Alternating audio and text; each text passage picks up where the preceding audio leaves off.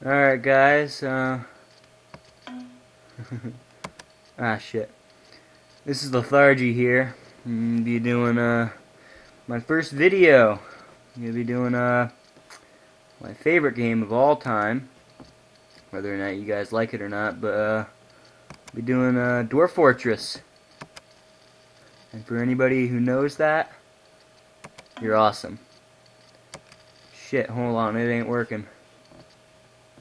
I'll be right back. Alright, so apparently when I attached to the start menu, the game decided to say I'm not gonna work. Oh, that's weird. Hold on, the game's glitching out. Alright, I think it's good. Now, for those who have not played this game, as most of you probably haven't, it's a pretty damn difficult game. So, essentially what it is you create a world, and then it randomly generates this world through however many years you want to put on it, whatever settings you give, like how many civilizations, how many minerals you want in the earth, and blah. And then what happens is it generates it over like a period of anywhere between 5 years and 1,000 years. And then the civilizations will grow, historical figures will appear, monsters will be slain, civilizations will fall, entire races of creatures will be killed, and then you go in there and you either go as an adventurer, which is basically you play it in a roguelike, and you go around as one person and just eliminate everybody. I'm going to turn on the music, or turn off the music, because I don't know if you guys can hear me, because I got a really shitty mic, so I turned off the music. But, yeah, so, Ori, the more common thing that this is the reason why this game's named that, is you can play Dwarf Fortress mode, which is where you run a fortress of dwarves, and you settle in an area and you try your best to survive. Generally, the goal is to see how far you can get. The motto of this game is "Losing is fun," because there is no programmed way to win. So I'm just gonna jump right into it. I have a world already made, but you know what? I'm gonna save that for my personal use.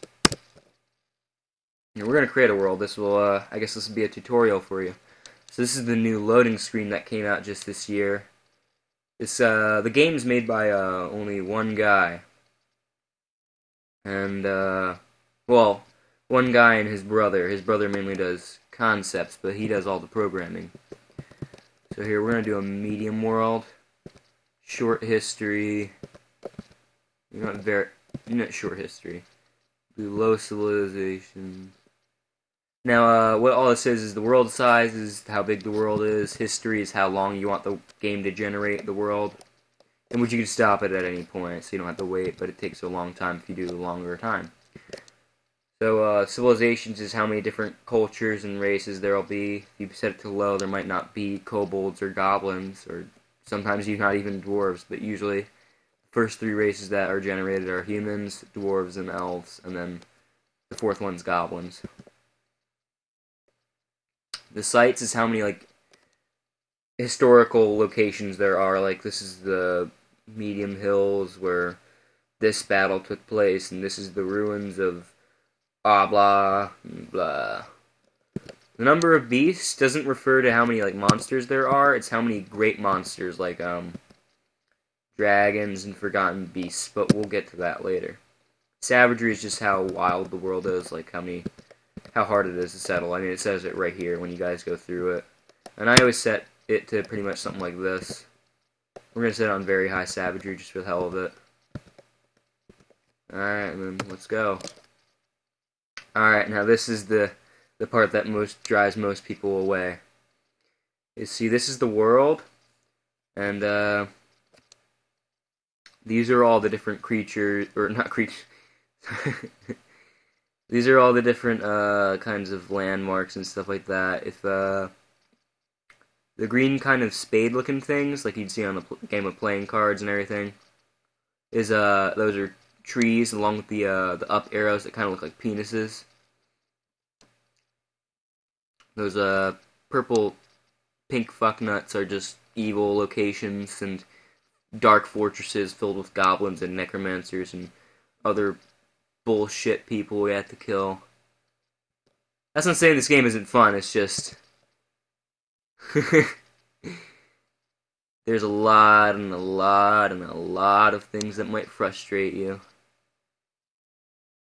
If you're easily stressed out. I don't know, I'm pretty chill. But yeah, this game's my favorite game of all time. It's a text-based game, so most of the action and stuff that happens you see from word, and it'll tell you the exact stuff by word. Like if your dwarf died, you can go through the announcements, and it'll tell you. You'll find out. Oh, he was bleeding to death because, oh gosh, the goblin stabbed him with a copper dagger. So blah. Year 101. There you go. Perfect. So let's use this world as it currently exists. And now it's going to like offload all the shit. And now I can look at all of it. So here, now that I got a cursor, I'll show you guys some of the stuff. Alright, so these ends, these really big ends over here, we'll start with the basics. These are like green hills. If they're yellow or gray, it usually means they're like rocky and sandy hills. So they're not exactly fertile.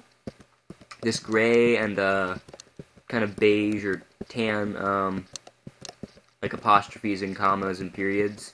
Those are kind of like like rocky and deserty almost places.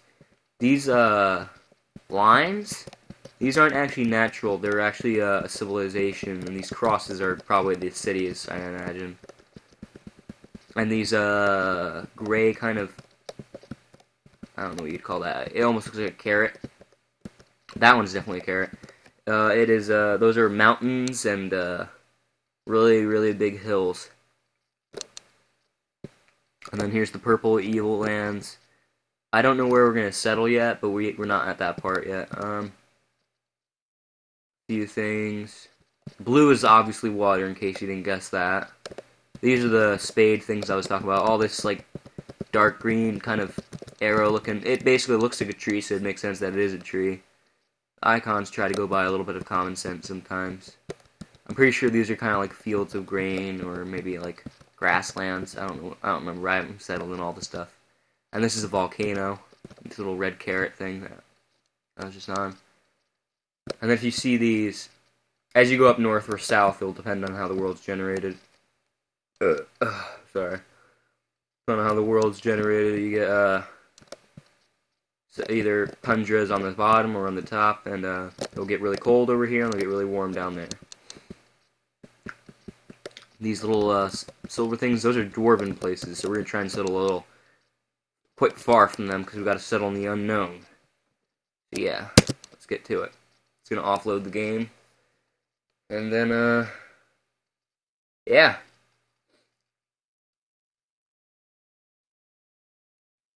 So, little thing you guys should know about me is I have a very offbeat sense of, game choice. And, you might learn why my name is Lethargy, the Slow. But, I don't know, that's just me. I'm not that slow usually, I like to think I'm slow.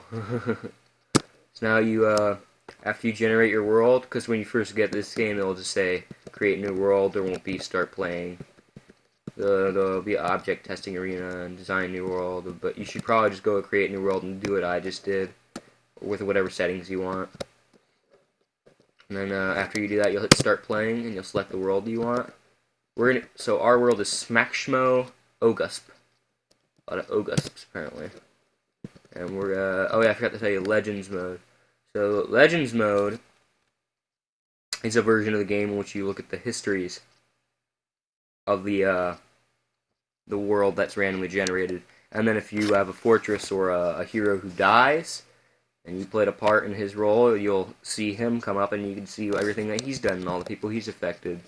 And who killed him if he died, or who he's killed, and such. So we're going to go into Dwarf Fortress.